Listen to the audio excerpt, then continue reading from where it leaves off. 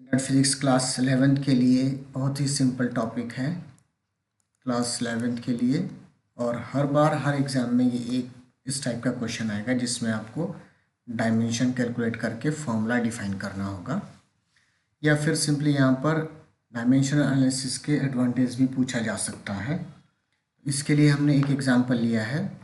Example है, consider a simple pendulum having a Bob attached to a string that oscillates under action of force of gravity. Suppose that the period of oscillation of the simple pendulum depends on its length L, mass m and gravity g. Derive the expression for its time period. इसका time period की expression हमें derive करनी है। तो time period जो है इसका 3 parameters पर डिपेंड कर रहा है mainly.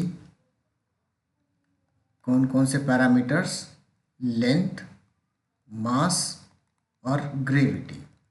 According to formula exactly इन तीनों पर डिपेंड करेगा या नहीं ये हम देखेंगे सॉल्व करके, लेकिन फॉर्मूला कहता है कि 3 पर डिपेंड कर रहा है। और टाइम कांस्टेंट का फॉर्मूला बताइए। ऑसिलेशन तीनों पर डिपेंड कर रहा है तो टाइम कांस्टेंट का फॉर्मूला बताइए।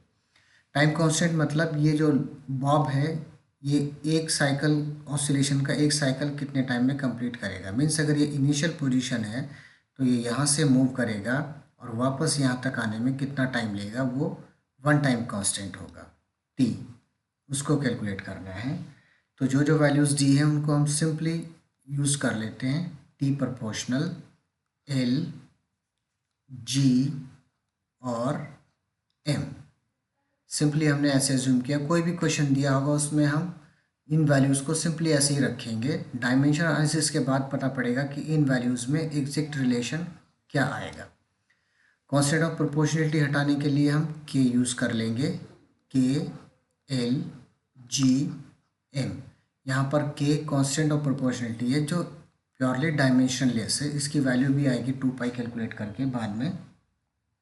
यह स्टैंडर्ड वैल्यूज़ की 2 पाई होती है, उसके लिए अलग कैलकुलेशन होती है। तो k की वैल्यू 2 पाई होगी। फिर हम दोनों साइड की जो डायमेंशन है उनको इक्वेट करेंगे, यानी हमने लिखा है t is equal to k l g m और एक्सपोनेंट्स ले लेते हैं l, g और m के लिए x, y, z, यानी इनके पावर हम अज्यूम कर लेते हैं जो एग्जैक्टली कितनी वैल्यू आएगी कैलकुलेट करने के लिए। अब डायमेंशन एनालिसिस में हम दोनों साइड की डायमेंशन लिखेंगे। टाइम के लिए डायमेंशन लिखेंगे बेसिक यूनिट्स के टर्म्स में, यानी l to the power 0, m to the power 0 और t to the power 1। Time है तो केवल t ही आएगा, बाकी दो जो बेसिक पैरामीटर से बेसिक डायमेंशन है उनकी पावर जो है 0 हो जाएगी, क्योंकि टाइम सेकेंड्स में होता है, यहाँ पर t ही आएगा, यूनिट t ही रहेगा। फिर जो l है लेंथ, यानी l to the power 1 dimension आ जाएगी x, और g के लिए आ जाएगा l to the power 1, t to the power -2 और एक्सपोनेंट यहाँ पर हमने y लिया है, और m के लिए m टू द पावर 1 और एक्सपोनेंट यहाँ पर हमने z लिया है।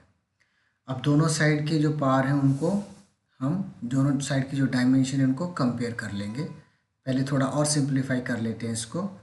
l की टोटल जो पावर आएगी कितनी आ जाएगी, x तो यहाँ पर है और y यहाँ पर है तो x प्लस वाई, और t की जो टोटल पावर आ जाएगी ये हो जाएगी -2y, और m की जो टोटल पावर आएगी ये हो जाएगी z।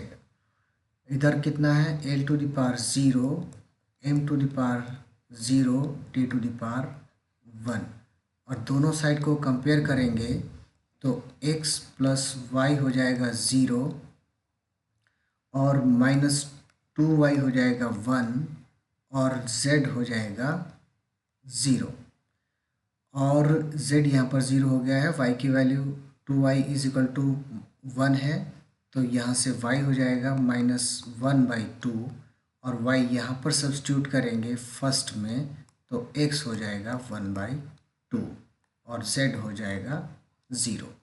तो इन पावर के अकॉर्डिंग ये जो l, g और m है इनको हम अरेंज करेंगे, यानी t हो जाएगा यहाँ पर के डायमेंशनलेस है, इसकी डायमेंशन कैलकुलेट नहीं होगी। एक्स की वैल्यू 1/2 है और एक्स किसका डायमेंशन है, एल का। एक्स किसका पार है, एल का, यानी under root L. 1/2 means root L. Y की वैल्यू -1/2 है और वाई किसके लिए हमने अज्यूम किया है, जी के लिए, तो -1/2 मीन्स डिवाइड बाय रूट जी। और m की पावर 0 है यानी m यहाँ पर नहीं आएगा। तो टाइम के लिए जो फॉर्मूला हो जाएगा t equals k root l upon g, और यहाँ पर k की वैल्यू 2 पाई होती है, तो ये हो जाएगा t is equal to l upon g. इस तरीक़ा से हम डायमेंशंस को कंपेयर करके एग्जैक्ट फॉर्मूला क्या होगा वो कैलकुलेट कर सकते हैं, फाइंड कर सकते हैं। और ये क्वेश्चन किसी भी तरीके से पूछा जा सकता है, किसी भी वैल्यू के लिए पूछा जा सकता है। जैसे यहाँ पर टाइम कांस्टेंट है, कोई और कैलकुलेशन भी हो सकती थी जो डिफरेंट पैरामीटर्स पर, डिफरेंट वैल्यूज़ पर डिपेंड करेगी, डिफरेंट फिजिकल पैरामीटर्स पर डिपेंड करेगी। वो फिजिकल पैरामीटर्स किस ऑर्डर में रखे जाएंगे, किस पावर के साथ रखे जाएंगे, वो सब देखने के लिए हम डायमेंशनल एनालिसिस करेंगे और क्वेश्चन सॉल्व करके एग्जैक्ट फॉर्मूला फाइंड कर पाएंगे। अब हमें देखना है कि इसके एडवांटेज क्या हैं, एडवांटेज ऑफ डायमेंशनल एनालिसिस। तो पहला एडवांटेज हो जाएगा, it is useful to find relation among interdependent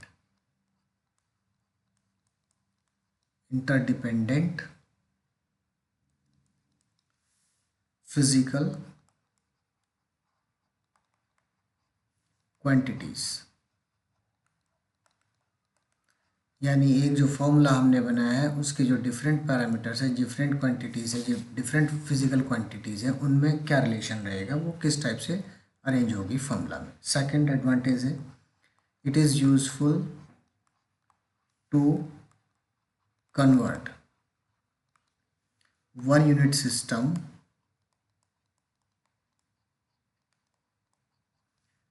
in another. One unit system in another means जैसे आपको MKS को CGS में कन्वर्ट करना है, तो ये फॉर्मूले की हेल्प से इजीली कन्वर्ट कर पाएंगे।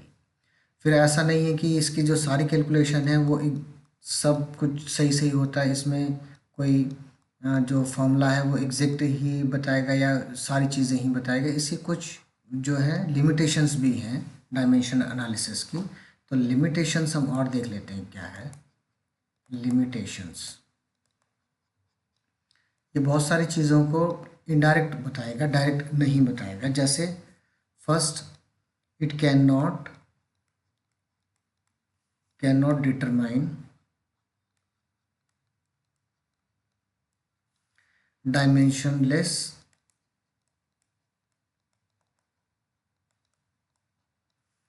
क्वांटिटी। डायमेंशनलेस क्वांटिटी मीन्स जैसे यहाँ पर k है, ये k 2 पाई कहाँ से आया, इसकी कोई कैलकुलेशन यहाँ पर नहीं है इस पूरे एनालिसिस में। ये डायमेंशनलेस क्वांटिटी को नहीं बताएगा। दूसरा, it does not define exact relation of physical quantity in an equation।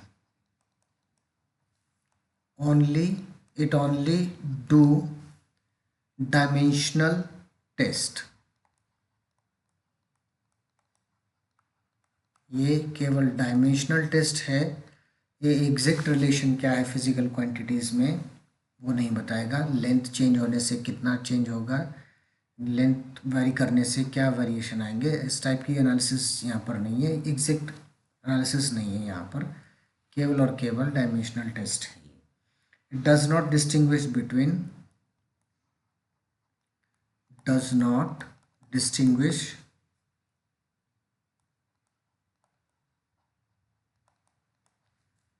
between same dimensional physical quantities। अगर दो क्वांटिटीज़ की डायमेंशन सेम है तो ये उनको सेम ही ट्रीट कर लेगा, उनको डिफ्रेंशिएट नहीं कर पाएगा, उनमें डिफरेंस नहीं बता पाएगा। अगर हम कहें कि फोर्स और एक्सेलरेशन की डायमेंशन एक जैसी है तो ये उन दोनों को सेम मान लेगा, डायमेंशन में डिफ्रेंशिएट नहीं कर पाएगा। फॉर एग्जांपल हम बोल रहे हैं, जैसे एग्जांपल के तौर पर अगर डायमेंशन दो वैल्यूज़ की सेम है तो इनको सेम ही ट्रीट करेगा, उनको डिफ्रेंशिएट नहीं कर पाएगा। यही डायमेंशनल एनालिसिस है। इसी टाइप के क्वेश्चन इसमें होते हैं। लिमिटेशन और एडवांटेज ये हुए, और अगर नीट जी के पॉइंट ऑफ व्यू से देखा जाए तो ये स्टेटमेंट एडवांटेज और लिमिटेशन स्टेटमेंट के टर्म्स में एज अ क्वेश्चन पूछ लिया जाता है।